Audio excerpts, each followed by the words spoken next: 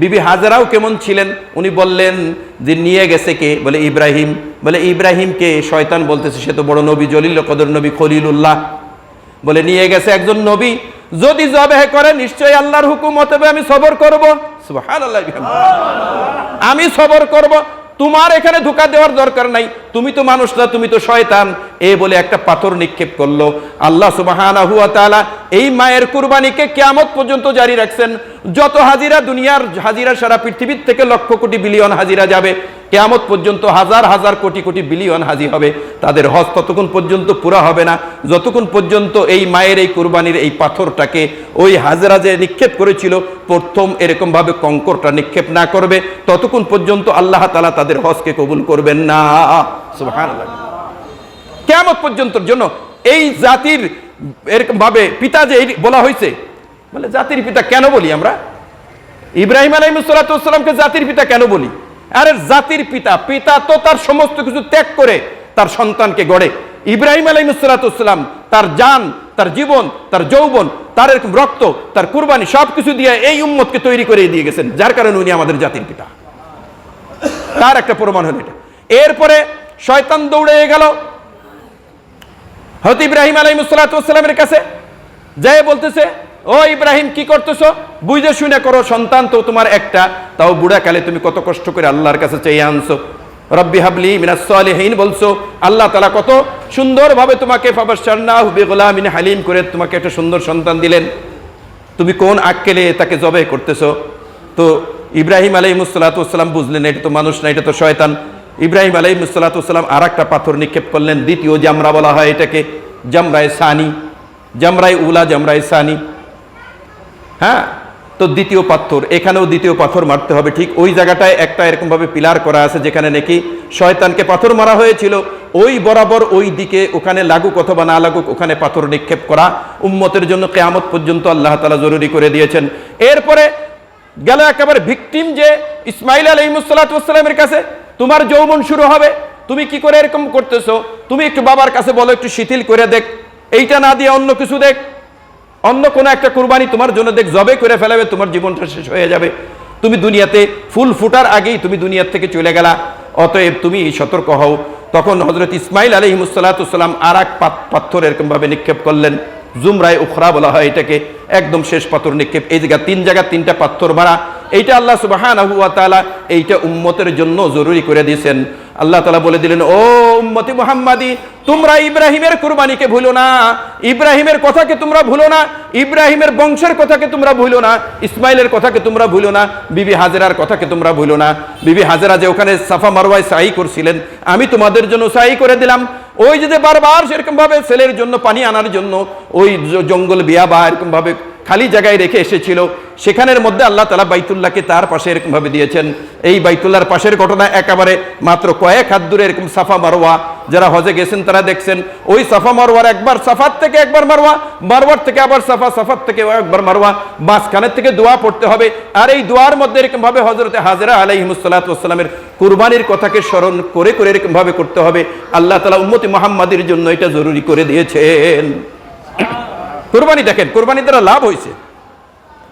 এবার বলতেছেন, আব্বাজান আপনি জবে করেন, কোনো অসুবিধা নাই। এবার দুইজনে রওনা হয়ে গেলেন। ফালাম্মা আসলামা, যখন নাকি তারা দুইজনে চললেন, তারা দুইজনে চলতে থাকলেন সামনের দিকে, আসলামা এবং অনুগত্য করলেন আল্লাহ তাআলাকে, ওয়াতাল্লাহু লিল জাবিন, এবং ইসমাইল আলাইহিস সালামকে এক কায়ত করে শোয়াই দিলেন। জাবিনুন, শরীরের মধ্যে এই যে আমাদের কপাল আছে এটাকে বলা হয় জাবহাতুন, জাবহাতুন মানে পেশানি, আর জাবহাতুনের দুই পাশে যেটা থাকে এটাকে বলা হয় জাবিন। জাবিন এই কথাটাই আল্লাহ তাআলা এখানে বলেন। কায়ত হয়ে শোয়া মানে কি? কপালের কানের উপরে ভর দিয়ে শোয়া, এটাকে বলে কায়ত হয়ে শোয়া। ডান দিকে বাম দিকে হতে পারে। এজন্য আরবিতে একটা কথা আছে, ওয়ালিকুল্লি ওয়াজহাতিন জুবুনান, প্রত্যেকটা চেহারার জন্য দুইটা পাশ আছে, অর্থাৎ ডাইন পাশ অথবা বাম পাশ। তো আল্লাহ তাআলা এখানে বলতেছেন ওয়াতাল্লাহু লিল জাবিন, যখন নাকি কাত হয়ে শুইল, এই কাত হয়ে শোয়ার ব্যাখ্যার মধ্যে আসছে যে মুসলমান কখনো কেবলার বিপরীতে কায়ত হয়ে শোয় না, মুসলমান শয় কেবলামুখী হয়ে, মুসলমান ডান দিকে কেবলামুখী হয়ে শয়। এই জন্য কুরবানি করার সময় আমরা তো ওদিকে এরকমভাবে শোয়াইলাম দক্ষিণে মুখ করে, কিন্তু আমাদের মুখটা যেটা নাকি আছে এই মুখটাকে কি করতে হবে, এরকমভাবে পশুর মুখটাকে একটু কাত করে চাপ দিয়ে পশ্চিম দিকে ঘুরাই দিতে হবে। এইটা কিন্তু সুন্নত। যখন নাকি কাজ করে শোয়াইলেন, তো শোয়ানোর পরে এবার উনি বললেন, ও ইসমাইল তুমি তাকাই আছো কেন? আব্বাজান আমি দেখতে চাই আপনি কেমনে ছুরি চালান।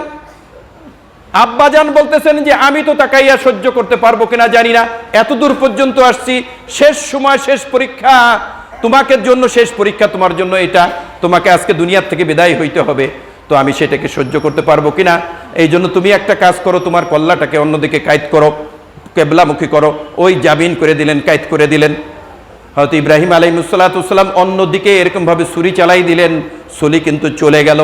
আমরা এখানে কিছু কথা বলি, ওই কথাগুলো ভুয়া, যে জবে করলেন জবে হইল না, আবার জবে করলেন হইল না, ফিক্কে ফেলাই দিলেন, পাথরের উপর পাথর কেটে গেল, এইগুলো ভুয়া কথা, এগুলো কোনো বর্ণনার কথা না।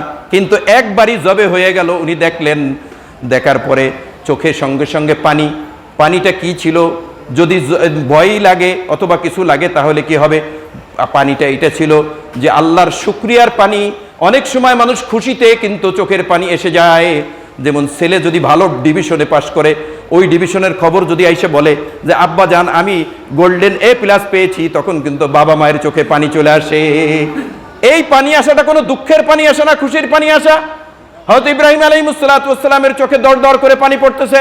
হযরত ইব্রাহিম আলাইহিসসালাম কি এই জন্যই এরকম ভাবে করছেন নাকি যে তার ভয় লাগছিল, জবে করে ফেলাইলো, সন্তানকে খোয়াই ফেললো? তা নয়, আল্লাহর হুকুমটাকে যে পুরা করতে পারছেন, এই খুশিতে, এই সাহসে, এই সাহসিকতার কাজটাকে, নিজের আপন সন্তানকে, নিজের মহাব্বতের সন্তানকে, একমাত্র সন্তানকে, বুড়াকালের সাহারা হিসেবে বুড়াকালের লাঠি, এই সন্তানকে যখন নাকি হত্যা এরকমভাবে জবে করলেন, তখন এই যে সাহসিকতার কাজ করছেন, এই খুশিতে ওনার চোখ দিয়ে দর দর করে পানি চলে আসছে। এবার উনি তাকাইলেন, ঘুরে তাকাই দেখতেছেন নিচে নিচে অন্য কিছু। সুবহানাল্লাহ, নিচে কি অন্য কিছু। আর ইব্রাহিম ইসমাইল আলাইহিসসালাম পাশে হাসতেছেন বাবার এই অবস্থা দেখা। ইব্রাহিম আলাইহিসসালামের চোখে পানি, ইসমাইল আলাইহিসসালামের ঠোঁটে হাসি। আজীব ব্যাপার, বলবেন না সুবহানাল্লাহ? হায় হায়, কি হতো একটু চিন্তা করে দেখেন। কুরবানি করার সময় এই কথাটাকে মনে করা, জবে করার সময় এই কথাটাকে ইয়াদ করা। এই কথাটাকে ইয়াদ করতে হবে যে হায়, এখন হতে পারতো আমার সন্তানকে আমি জবে দিতাম, হতে পারতো কিনা যে আমার সন্তানকে জবে করতেছি আমি। সেই চেহারাটা পশুর স্থানে যদি সন্তানকে মনে করেন, এই চিত্রটাকে চোখের মধ্যে আনেন, এটা আনা উচিত। যদি এমন হতো তাহলে কি আমরা পারতাম নাকি আজকে তো টাকা পয়সা আছে দেখে এরকম ভাবে জবে করলাম, কিন্তু সেই দিন আল্লাহর হুকুমটাকে আমরা পারতাম নাকি? এই জন্য বড় কঠিন হয়ে যায়। তো আল্লাহ তাআলা আমাদের জন্য সহজ করেছেন। আল্লাহ সুবহানাহু ওয়া তাআলা আমাদের জন্য সহজ করেছেন। আল্লাহ তাআলা তখন বললেন, ও ইব্রাহিম, খুশি হয়ে বলতেছেন, ওয়ানাদাইনাহু আইয়া ইব্রাহিম, ও ইব্রাহিম, আমি তাকে ডাকলাম, ওয়ানাদাইনাহু ইয়া ইব্রাহিম, আইয়া ইব্রাহিম, ও ইব্রাহিম, কদ সাদ্দাকাতার রুয়া, তুমি তো এমন একজন শক্ত মানুষ, আমার জন্য তোমার মতো শক্ত মানুষ আমি দেখি নাই। তুমি তো তোমার এরকম ভাবে যে স্বপ্নটা আছে সেই স্বপ্নটাকে বাস্তবায়ন করে দিলে। এত কঠোর তুমি। ইব্রাহিম আলাইহিসসালাম বলেন, আল্লাহ আপনার হুকুমের সামনে এইটা তো দূরের কথা, আমার যদি 1000 সন্তান থাকতো, একটা একটা করে কুরবানি দেওয়া লাগতো, আমি একটা একটা করে কুরবানি দিতাম, দিলের মধ্যে একটু ব্যথা আনতাম না। সুবহানাল্লাহ। এমন ইব্রাহিম আলাইহিসসালাম বললেন, কদ সাদ্দাকাতির রুয়া, কদ সাদ্দাকাতার রুয়া, ইন্না কাযালিকা নাজিজিল মুহসিনিন। আল্লাহ বলেন, এমনি ভাবে আমি যারা নাকি মুহসিনিন, যারা নাকি ইহসান করেনেওয়ালা, যারা নাকি দয়া পরবশ লোক, তাদেরকে আমি এইভাবেই পুরস্কৃত করে থাকি। এবং আল্লাহ তাআলা বলেন, এইটা সাধারণ কোনো ব্যাপার ছিল না। এইটা সাধারণ কোনো ব্যাপার ছিল না। আল্লাহ বলেন ইন্না হাযা লাহুয়াল বালাউল মুবিন, এইটা ছিল একটা প্রকাশ্য পরীক্ষা।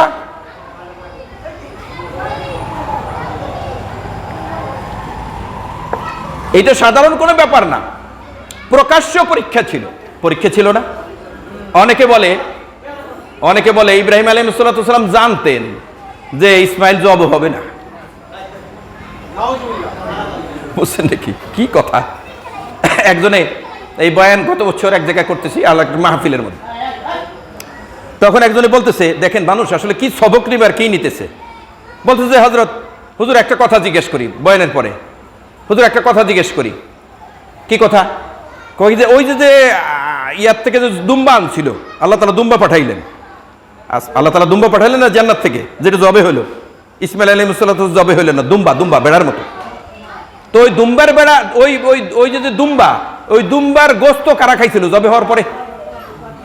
ওইটা ওর বেরেনে ঢুকছে। এত যে কথা হইলো, এত যে কুরবানির কথা হইলো, এত যে চোখের পানি গড়াইলো, এইটা কিন্তু কিছুই মনের মধ্যে আসে নাই। গোস্তকে খাইছে, এটার একটা পেট পূজা করবেওয়ালা প্রশ্ন করতেছে আমার, হুজুর গোস্ত কে খাইছে? আল্লাহ মাফ করে দেন। তো আমি তখন চপ জানা ছিল, আমি বললাম যে দেখেন ওই জমানায় কোরবানি হলে, কোরবানির গোস্ত সুস্থ হয়ে গেলে কেউ খাইতো না। ওইটাকে নির্ধারিত একটা স্থানে রেখে আসা হয়তো, আল্লাহ তাআলা আসমান থেকে একটা আগুন পাঠাইতেন, ওই আগুনে এসে পোড়াই দিত, ওইটাই বোঝা যাইতো কবুল হয়েছে। অথবা এটা কেউ খায় নাই, ওইটা তার মনে পড়ছে যে কে খাইলো, কিন্তু সবক কিন্তু একটাও ইয়াদ নাই, সবক কিন্তু একটাও মনে করে নাই। আল্লাহ বলতেছেন ইন্না হাযা লাহুয়াল বালাউল মুবিন, এইটা ছিল একটা প্রকাশ্য পরীক্ষা। ফানাদাইনাহু বিযিবহিন আযীম, আমি মুক্ত করলাম হযরতে ইব্রাহিম আলাইহিমুস সালাতু ওয়াস সালামকে এবং পরবর্তী উম্মতকে আমি মুক্ত করলাম একটা এরকম ভাবে দুম্বার মাধ্যমে, দুম্বা জবেহের মাধ্যমে তাদেরকে মুক্ত করলাম। অর্থাৎ পৃথিবীর লোকের জন্য এই পশু চার পায়া গৃহপালিত পশু যদি জবে করে তাহলেই সেটা তাদের আদায় হয়ে যাবে, সেই জন্য আমি ব্যবস্থা করলাম। ওয়া তারাকনা আলাইহি ফিল আখিরিন, তো বলে হুজুর এটা হয়ে গেছে, আমাদের কি কাম? আল্লাহ তাআলা নিজেই বলতেছেন ওয়া তারাকনা, আমি ছেড়ে দিলাম, অব্যাহত রাখলাম, আলাইহি এই কাজটাকে, ফিল আখিরিন পরবর্তী উম্মতের জন্য। অর্থাৎ উনি জবে করছেন আমাদের পক্ষ থেকে আদায় হয়ে গেছে তা কিন্তু নয়, বরঞ্চ আমাদেরকেও জবে করতে হবে, সেইটার আইন আল্লাহ তাআলা এখানে বলতেছেন ওয়া তারাকনা আলাইহি ফিল আখিরিন, পরবর্তীদের জন্য আমি এইটাকে বিধান করে দিলাম, জবে করাটাকে আমি বিধান করে দিলাম। সালামুন আলা ইব্রাহিম, ইব্রাহিম আলাইহিমুস সালাতু ওয়াস সালামের উপরে আল্লাহ সুবহানাহু ওয়া তাআলা শান্তি বর্ষণ করুন। কাযালিকা নাজিজিল মুহসিনিন, এমনি ভাবে আল্লাহ সুবহানাহু ওয়া তাআলা যারা ইহসান করে, যারা দয়া করে, অর্থাৎ যারা আল্লাহ তাআলাকে মানে, আল্লাহ তাআলাকে যারা নাকি ইয়াদ করে, আল্লাহ তাআলা তাদের বদলা এইভাবেই দেন।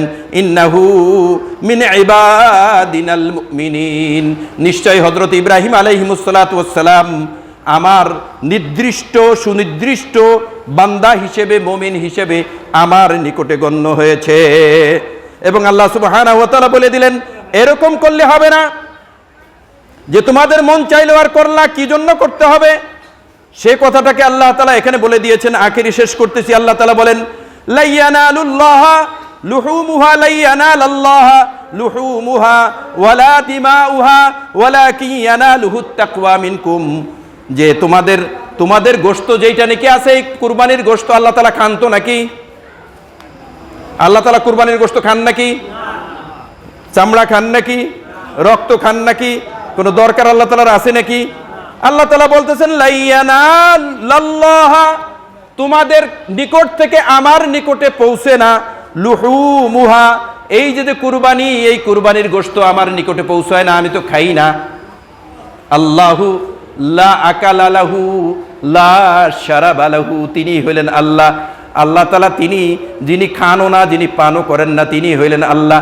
আল্লাহ তাআলার খাদ্যের কোনো প্রয়োজন নাই, আল্লাহ তাআলার পানের কোনো প্রয়োজন নাই, আল্লাহ তাআলার কোনো খিদা লাগে না, বরঞ্চ মানুষের খিদা পুরা করার জন্য খেদমত করতেছেন আল্লাহ। আমাদের খাদ্য পুরো করতেছেন উনি। দুনিয়াতে উৎপাদন কি আল্লাহর জন্য? এই ধান চাল কাদের জন্য? আমাদের জন্য। আল্লাহ তাআলা তো খান না।